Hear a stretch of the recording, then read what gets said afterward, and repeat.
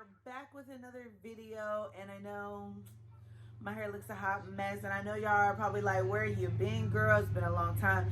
Y'all probably hear my outside because my window's open and I'm right next to the TV, but yeah, it's been a long time since I made a video. I am officially 31 weeks and 5 days, and I just wanted to give you guys a little talk, a little sit down and chit chat. We're gonna be talking about baby number 3, my baby Isaac.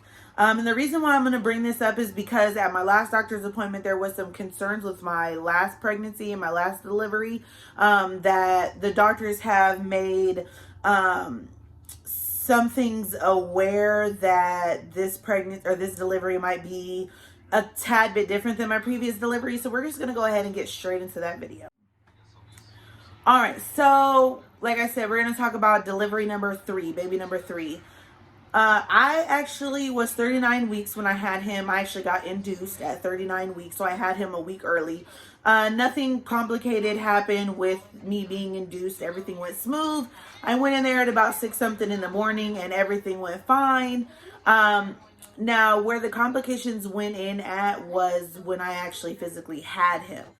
The complication was that his shoulder was stuck. Now, they didn't give me any specific reasons why his shoulder was stuck, but from what my understanding is that when you're pregnant, your bones, your body has to kind of open up wide enough for that baby to fit through. TMI, obviously. But when I had my baby number 3, my bones my body just wasn't dilating enough and opening up enough for his body to come through. So when his body was trying to push its way through, his shoulder got stuck. That raised a lot of concerns with the doctors, considering the fact that he could have been paralyzed. I mean, it could have been a huge complication for him in the long run had it got stuck, had it stayed stuck. So it got to the point where they had to physically push hard on my stomach and push really hard on my stomach in order for him to come out, because even though I was physically pushing, my body was just kind of giving up. And when my body kind of gave up, it was kind of a wrap. I was out of breath. My body was shutting down. So the doctor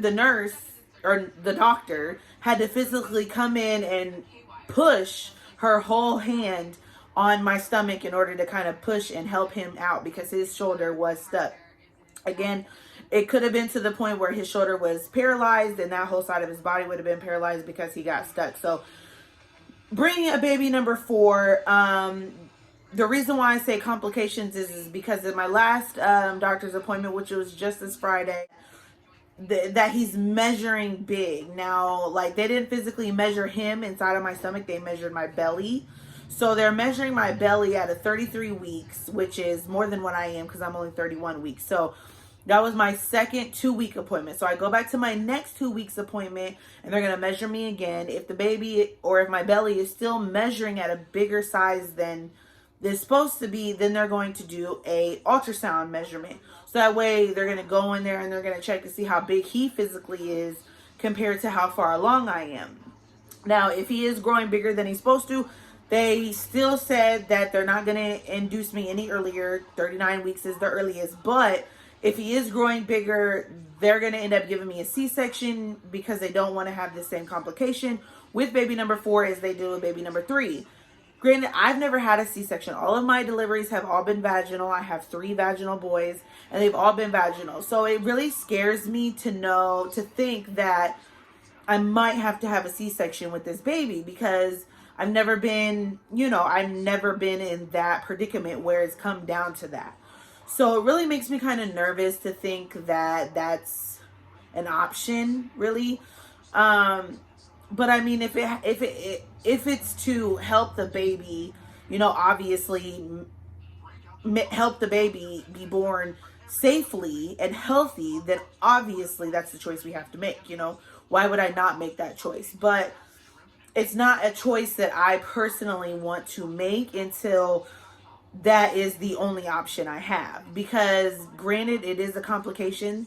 Granted, it could happen, but you never know. I mean, baby number 4 could be my body is more prone to having kids at that point, and my body will open up and do its thing. So it is something that makes me really nervous and really scared to think about. Comment below if you've ever had a C-section, how long it took you to recover from it, how long it took, like just any information you can give me. Like, I can do all the research in the world, but when somebody physically goes through that, it's a lot different. I mean, the pain's different. Everybody's tolerance is different, obviously.